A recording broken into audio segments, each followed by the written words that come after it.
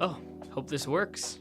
Here by myself again, so I hope the lighting, the sound, the focus is all back. What's up, everybody? It's Alex Sigrist, and I'm back with another Alex Uncut, coming to you every single Wednesday from 9 p.m. in Korea, 4 p.m. and I keep forgetting.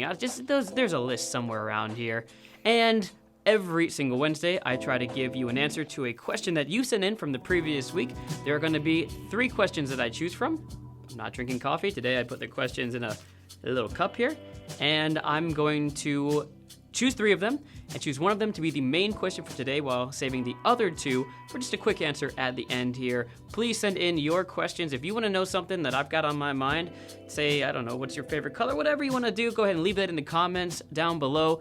Alex, what do you think about blah? It's really simple. And also don't forget to feed the narcissism. That's my narcissism, by the way.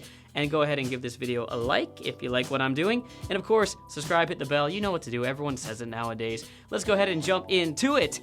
I'm the reader today, so here we go. Here's my question number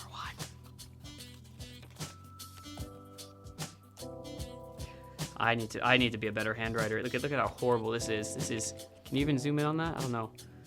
Jonah Nielsen, thank you for the question. As we go more and more into the virtual world, and since we edit a lot of pictures and live a different life online and show what we want, I would like to ask, do we love ourselves more in the virtual world and less in the real world? Getting deep. Ooh, I like this one. Okay, wait, gotta mix this up. Try it again. The next one is by Night Moon. Do you prefer morning or nighttime? That's cute with the Night Moon. Is it a trick question? You trying to get an answer out of me? All right, we'll see. And then finally, let's go to our last one. Mix them all around one more time. This one is Bebe. Are you usually early or late? That's an easy one. I'm gonna answer that one at the end.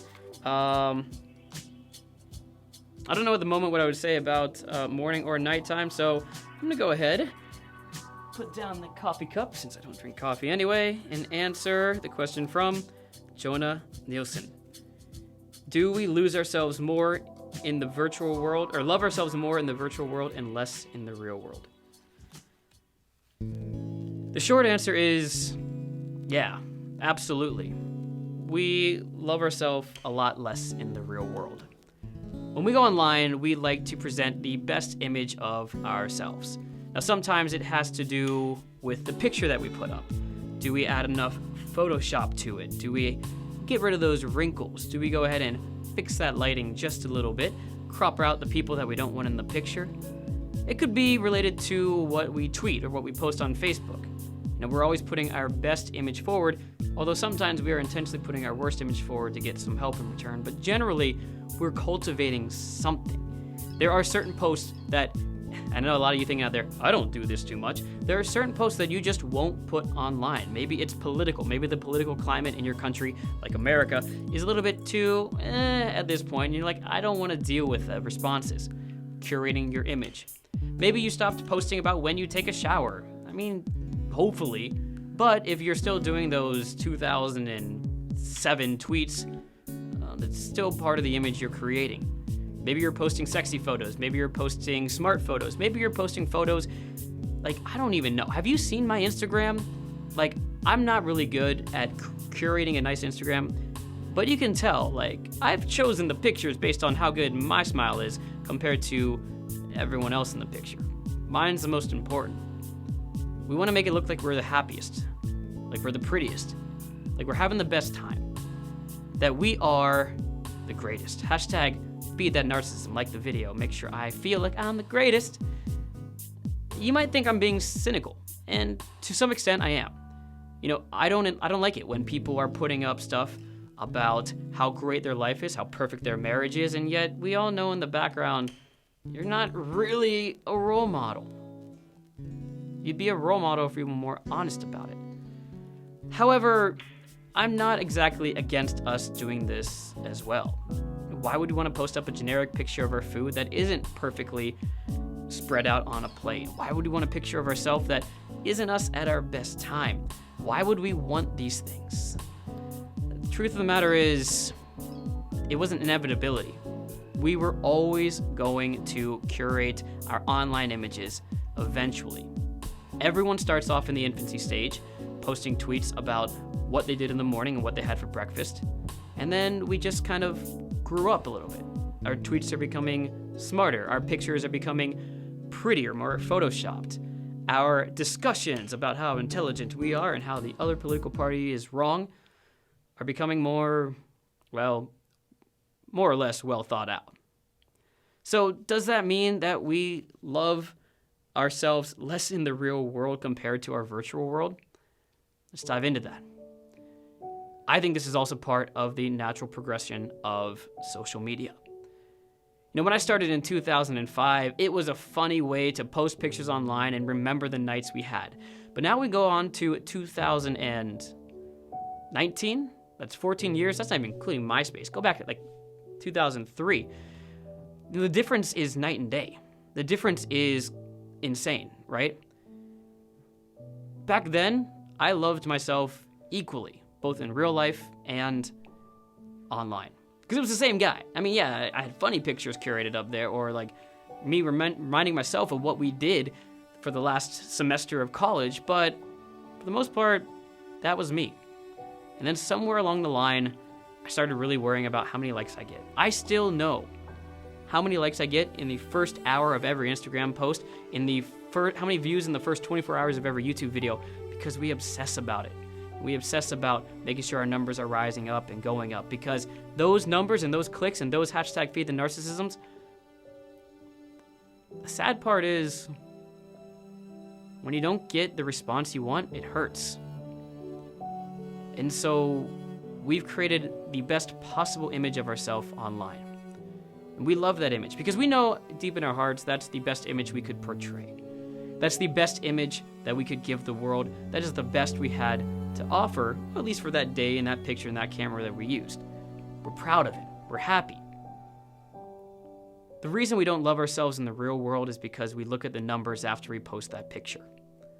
We look at the numbers going down. For some reason, the algorithm's not supporting my YouTube videos anymore. Why is that? I hate that crying, but nonetheless, it does tear us down on the inside when one video gets more videos or likes than the others. You know, even though we worked harder on this video blew up and all we did was eat a spicy tonkatsu meal in Korea.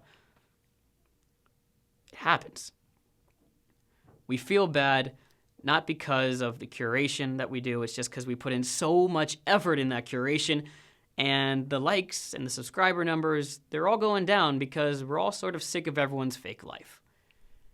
And that brings us to the solution of this video. What can we do? How can we make it better? How can we be happy with our online selves and our real selves, who we really are? Number one, this is for everyone out there. Go ahead and like videos of people who you like in real life.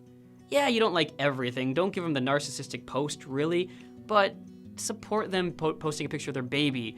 You know, they had a bad day, give them a thumbs up or a sad face, whatever is appropriate. It starts with the viewer and the consumer of social media to support each other. And I really, truly believe that. The other thing that we have to do to make sure that we, love ourselves equally in both worlds is to create content that we like no matter what people think of it.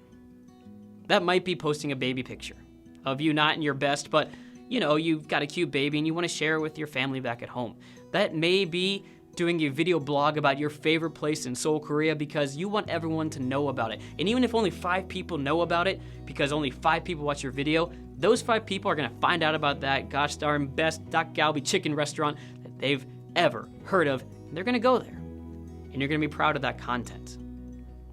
I try to live by my own words, try to lead by example the best I can. I had a channel with way more subscribers and much better views. And it went away for certain reasons, it'll be back, but that was my Korean channel. And I came back here and I started from basically 0. The views, I think I cracked 1,000 once maybe, I don't even know. But I had to swallow a little bit of a humble pill in this one, because I'm just not as good doing this as I thought I was based on the responses. Doesn't mean I'm not happy with what's going on. That's the catch. You have to be authentic. You have to be happy with what you produced. so that if 100 people watch this video in the first 24 hours, and I'm gonna look at that number, I'm gonna be happy that those 100 people took the time and watched this video. If you're creating a talk show about things that interest you, and you're talking about issues that matter to you, even if 4 people watch that video, you're happy that those 4 people heard your message. In order to stop hating our real life self versus our online self, we've got to go back to creating authentic content in your Instagram feeds, in your Twitter feeds, or wherever you're posting it. I encourage you all to do that.